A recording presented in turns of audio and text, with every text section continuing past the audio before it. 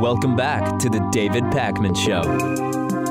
I have a quick follow-up here on the Sandra Bland case. Before we discussed how there were going to be no charges.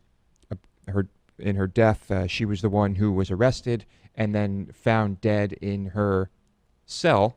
Supposedly, she hung herself with a plastic bag, and no charges. None. Well, now she was 28 years old. The arresting officer, Brian Encinia, I think that's how you pronounce the name, has been charged with perjury about lying about the arrest. And he was fired from his job. And I guess that's just kind of it. There is video of the arrest from the cruiser. You can hear and see what's going on. I guess some of the things he said did not match up with the video and other accounts, if there were other eyewitness accounts or whatever.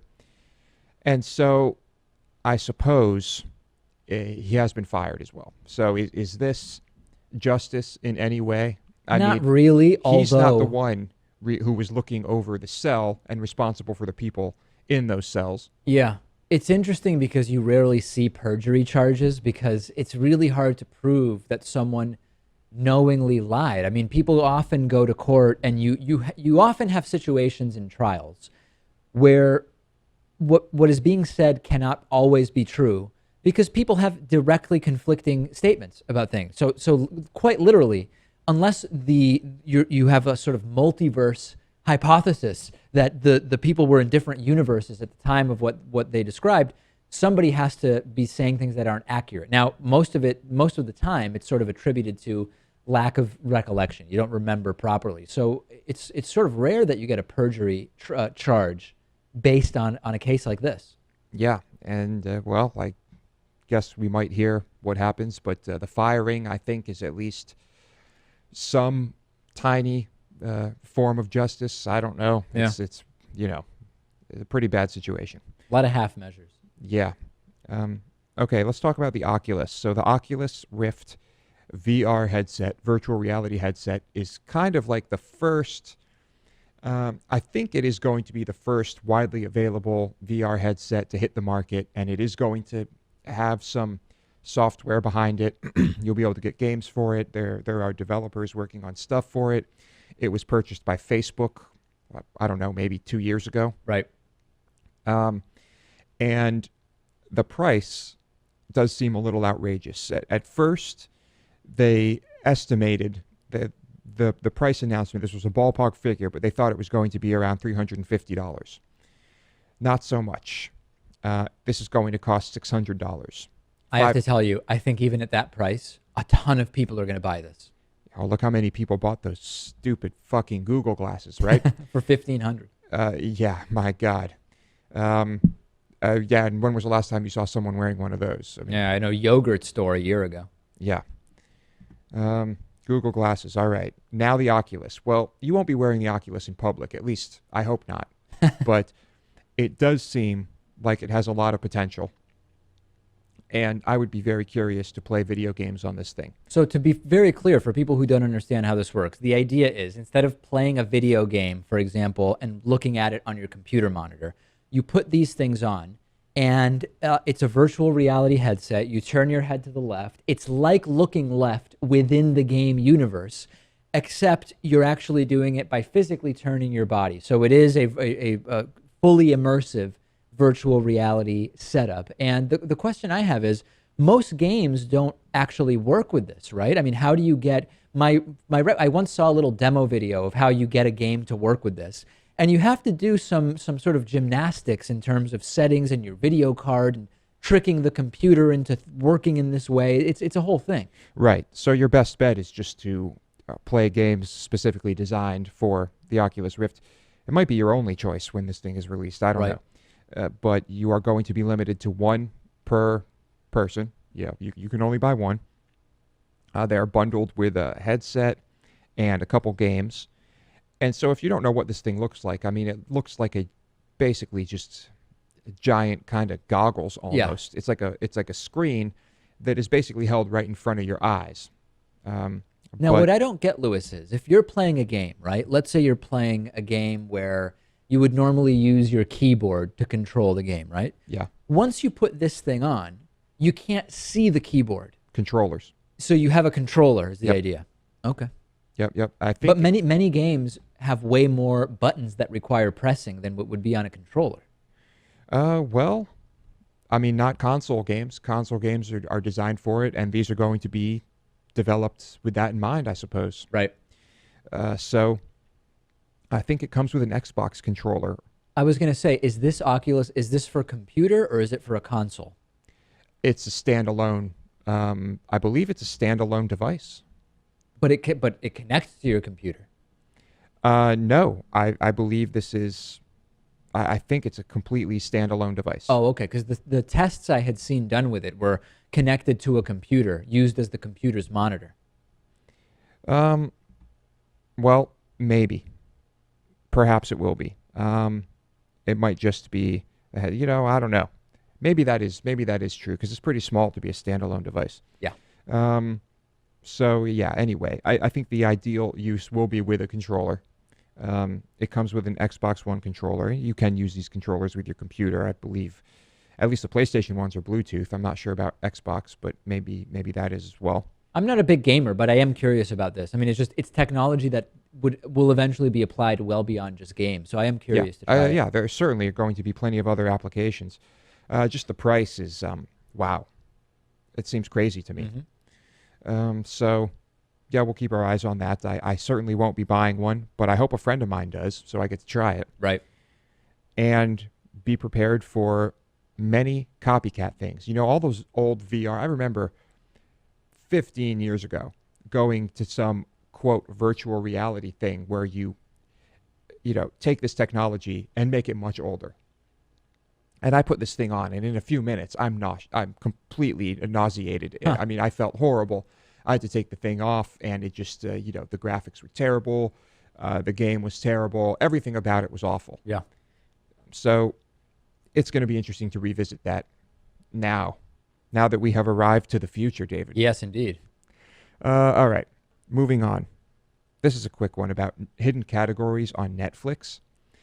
First of all, I've probably complained numerous times about how Netflix is set up, the interface, and how you can't really search for anything except the title of a movie or show. Right.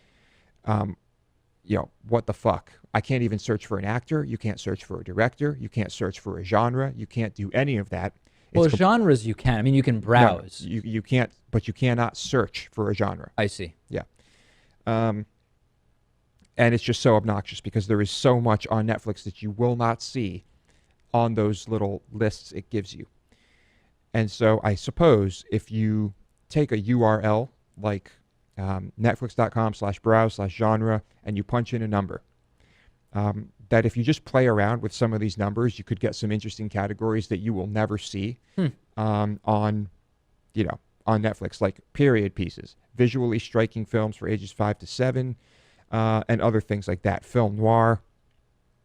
I don't know, just kind of a neat trick if you want to browse and, find some things that aren't part of those shitty lists that it provides you with. And are any of these categories of interest to you?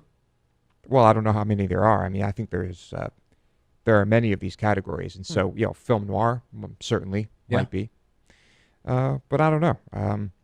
I mean, how frequently are you using Netflix? Pretty regularly, right? I go back and forth. I mean, I've been sort of rewatching Breaking Bad, so I've been on it quite a bit. But at the same time, recently I've been watching some other series, and so yeah, I don't know. I've been watching stuff like I watched the Amazon series Man in the High Castle. I've been watching The Expanse and Childhood's End, which are on cable.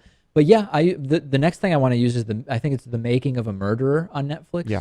And I've already read a bunch of negative stuff about it, so I don't know. I'm open to seeing how good it is. I don't know.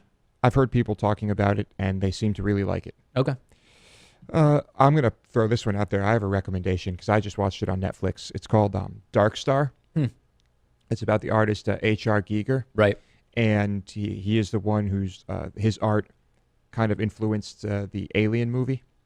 I guess, movies, you could say, but the original Ridley Scott. I put this on my list. And it's pretty fascinating, pretty interesting guy. He died shortly after the filming of the documentary. Huh. And I just I've been a fan of his work for a long time, so it was interesting to watch. I'll say. Good stuff. There's even some metal related stuff in there. That I've never seen. The guy from Triptychon now, but originally Celtic Frost, Right. worked as an assistant for him, and Giger actually did some artwork for Celtic Frost, and an interesting connection that I didn't know about beforehand. Yeah. Yeah. Okay, moving on. One more thing here. MIT has just created a material that they say basically soaks up heat during the day and releases it on demand when things get colder. So this new transparent polymer film, I guess, is able to absorb energy and release it at a later time. They're saying it could be applied to all kinds of surfaces, glass, clothing, what have you. Now, let's keep in mind that stuff is probably not cheap to produce, and so we often hear about breakthroughs like this, and it's just some, one-time thing Right. that would only have applications where, tons of money is being thrown around. The concept is interesting, though, because intuitively we understand, if you put a piece of wood out in the sun versus a piece of metal, the piece of metal is sort of going to retain heat, absorb and retain heat in a way that the piece of wood is not. Unless, of course, it's so dry and hot that the piece of wood lights on fire. But putting that specific scenario aside, but then the problem is, okay, then the metal just sort of stays hot and then dissipates the heat in a sort of automatic way. What if we could somehow harness that and use the heat that the metal has accumulated on demand in some way, or to sort of be able to take control of that? And the closest thing we have right now is solar panels. Yeah. I mean, because... But still, the solar panel is not storing that. The solar panel is converting the sun's energy into something that can be used, but it has to be stored in the battery. Exactly. So now what they are saying is that they found a way to store this energy from sunlight chemically rather than just creating electricity. So there's an explanation here. The key is a molecule that can remain stable in either of two different configurations. When exposed to sunlight, the energy of the light kicks the molecules into their charged configuration, and they can stay that way for long periods. Then, when triggered by a very specific temperature or other stimulus, the molecules snap back to their original shape, giving off a burst of heat in the process. So I guess the type of molecule that they used is an azobenzenes. That's what it looks like. Azobenzene, I believe. Azobenzenes. They're using an azobenzene molecule. Okay. And I guess that behave in the exact way to create a thin film built up layer by layer, and then when given a short blast of heat, then spews out far more. In fact, it can release a burst that's about 10 degrees Celsius above the surrounding temperature. Pretty interesting. But there's nothing here about the cost to produce or anything like that. But this is very, very early stuff. Very early. But yeah, imagine putting this stuff over your glass or in your home or clothing. The application's wonderful. Absolutely. Wonderful. And my guess is this is the last we'll ever hear of it, unfortunately.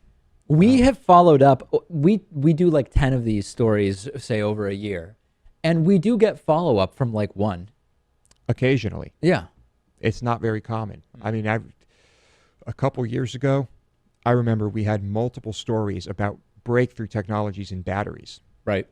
Nothing. No, I keep seeing stuff about that. I just think that there's so much else going on. We don't always cover the follow-up. But I think a lot of the battery stuff has continued. There have been really big developments in battery over the last year.